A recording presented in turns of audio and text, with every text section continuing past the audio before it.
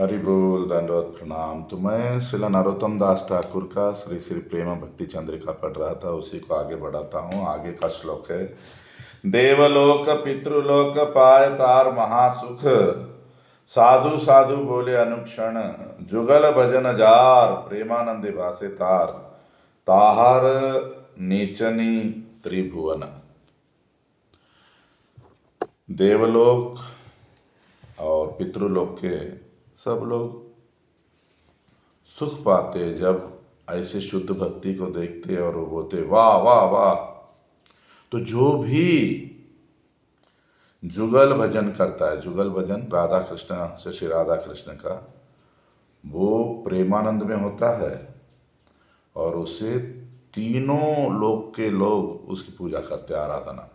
राधा कृष्ण के भक्त को देवता लोग भी प्रशंसा करते, पितृलोग, हर कोई। तो यहाँ आगे ये बताया है विश्वनाथ चक्रवर्ती ठाकुर ने इस श्लोक के बारे में। भक्त होते हैं वो एकांतिक एक भाव रखते हैं भगवान के स्वरूप में, इष्ट देव में, और सदैव अपने इष्ट देव का ध्यान करते हैं। वे लोग अलग से देवताओं की या किसी की पूजा नहीं करते। उससे क्या होता है, वो एकांतिक भाव बट जाता है ना। तो ये चीज़ यहाँ बताई गई है। फिर हम एक सवाल कर सकते हैं कि हमने तो सुना है कि हमें देवताओं की पूजा करनी चाहिए, पितरों की पूजा करनी चाहिए, हम उनके ऋणी हैं। तो ऐसे ऋण से हम लोग कैसे निकलेंगे? तो ये शरीर तो हमको हमारे पितरों ने दिया। देवता लोग भी हमें बहुत सारी चीज़ें देते हैं, अग्नि, वायु, जल। तो इसलिए शास्त्र कहते हैं कि देवताओं को पिंडदान वगैरह करना चाहिए, सॉरी, पितरों को पिंडदान वगैरह करके उनको सुख देना चाहिए, ऋण से निकलना चाहिए। देवताओं को अलग अलग हवन पूजाएं करनी चाहिए। तो अगर कोई देवताओं की पूजा नहीं करता, ऐसा नहीं करता, और सिर्फ भगवान की करता है, तो क्या होगा? तो कहते हैं कि सारे ऋणों से मुक्त हो जाएगा। जो भगवान की पूर्ण शरणागति लेकर आराधना करेगा, वो देवताओं के, पितरों के, सबके ऋण से निकल जाएगा, ऋषियों के। उसीलिए यहाँ नरोत्तम दास ठाकुर कह रहे हैं, देवलोक पितृलोक पाए तारा महासुख। जो राधा कृष्ण की भक्ति करता है वो देवलोक और पितृलोकों के लोगों को भी महासुख देता है। वे लोग ऐसे भक्त की जय जयकार करते हैं। जैसे एक पेड़ है, पेड़ की मूल में जल दे दिया तो शाखा पत्ते सबका काम हो जाएगा। ऐसे भगवान सबके मूल है।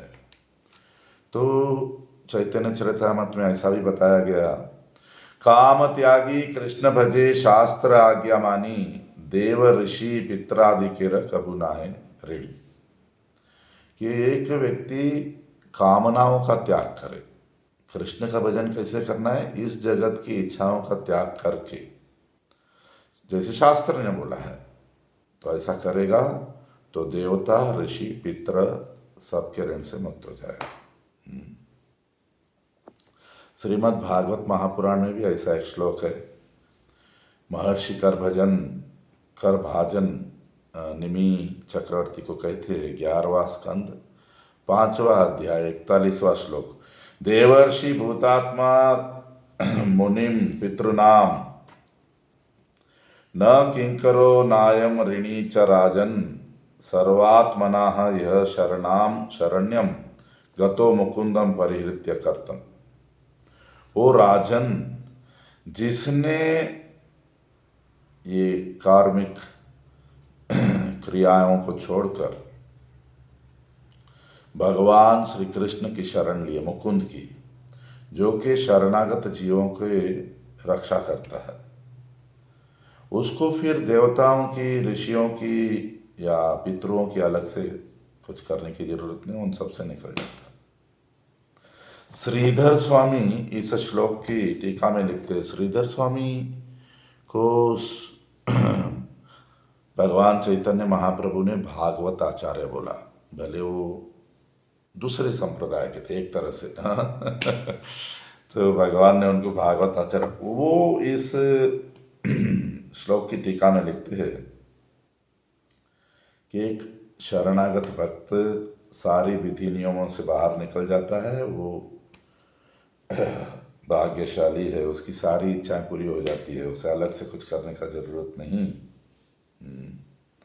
तो आपदा का मतलब परिवार के लोगों का पालन करना चाहिए।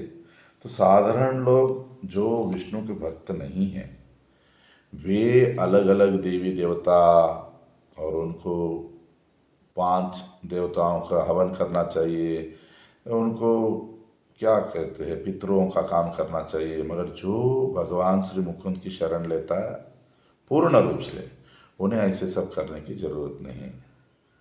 वो तो पूर्ण शरणागति ले ली है उन्होंने, तो उन्हें फिर अलग विधि नियम की कोई ज़रूरत नहीं है।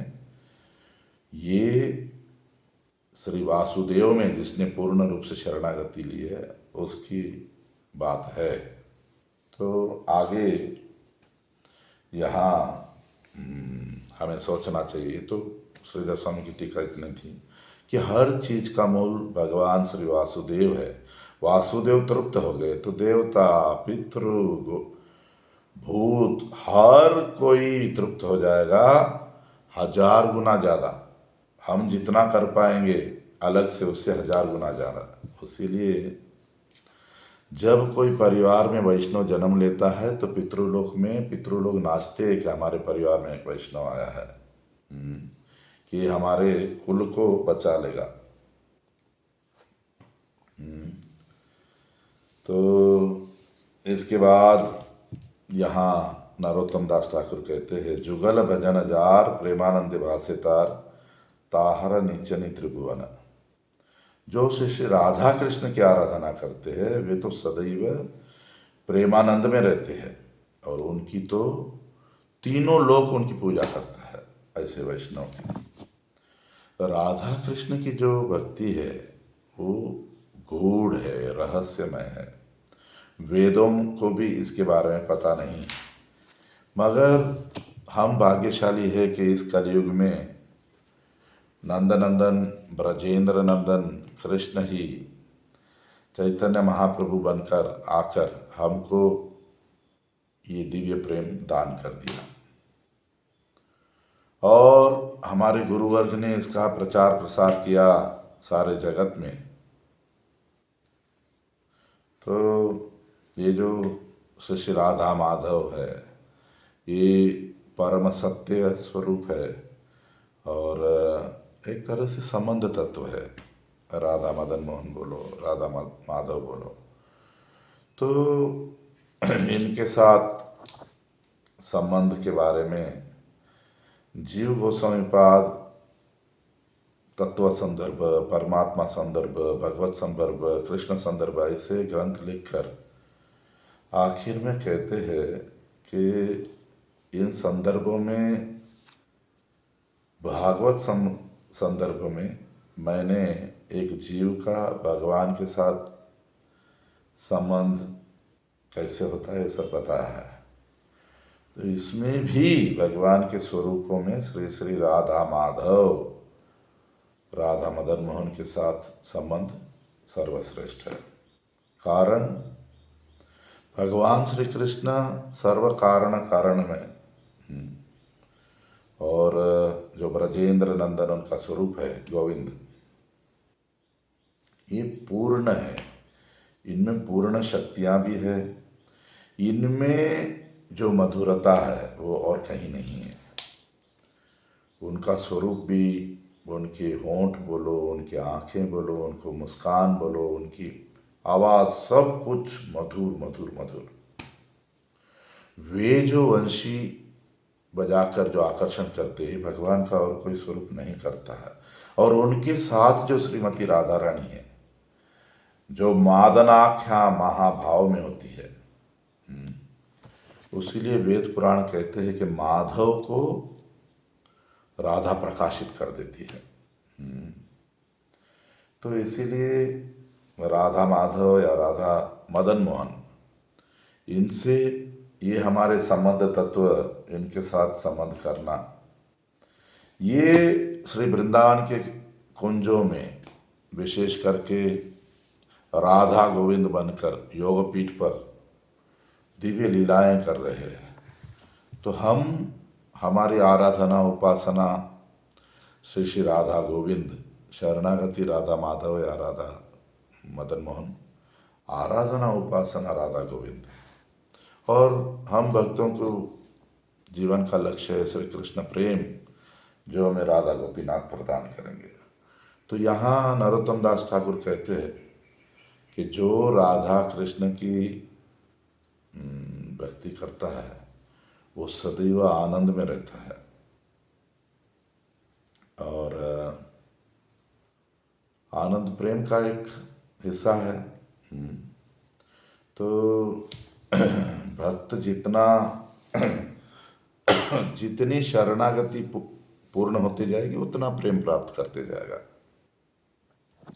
इसीलिए श्रील भक्तिविनोद ठाकुर ने हमें बता दिया कि अत्यंत दुर्लभ प्रेम करी बारी दाना, सिखाए शरणागति भक्तेर प्राणा।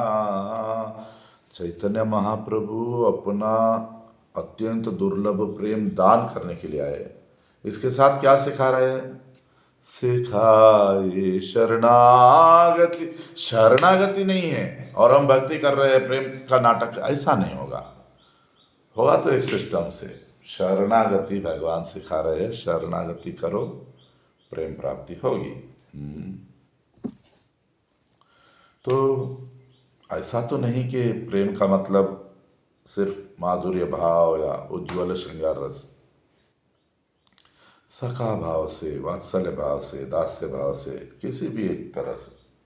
और फिर भी हम गौड़ीय वैष्णव का प्रेम रस होना चाहिए, मंजरी भाव, गोपी भाव, राधा दास्यम।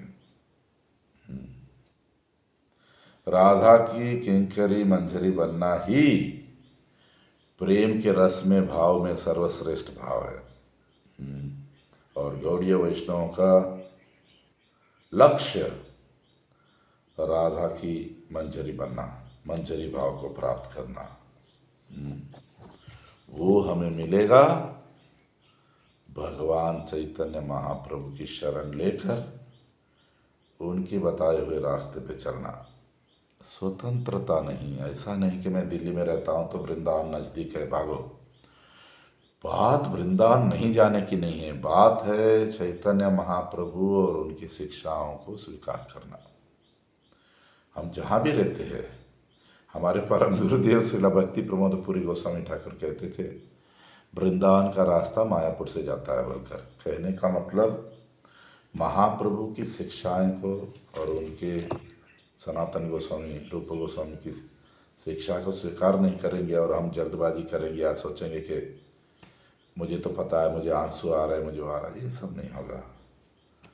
बात बरोबर तरीके से जाना पड़ेगा।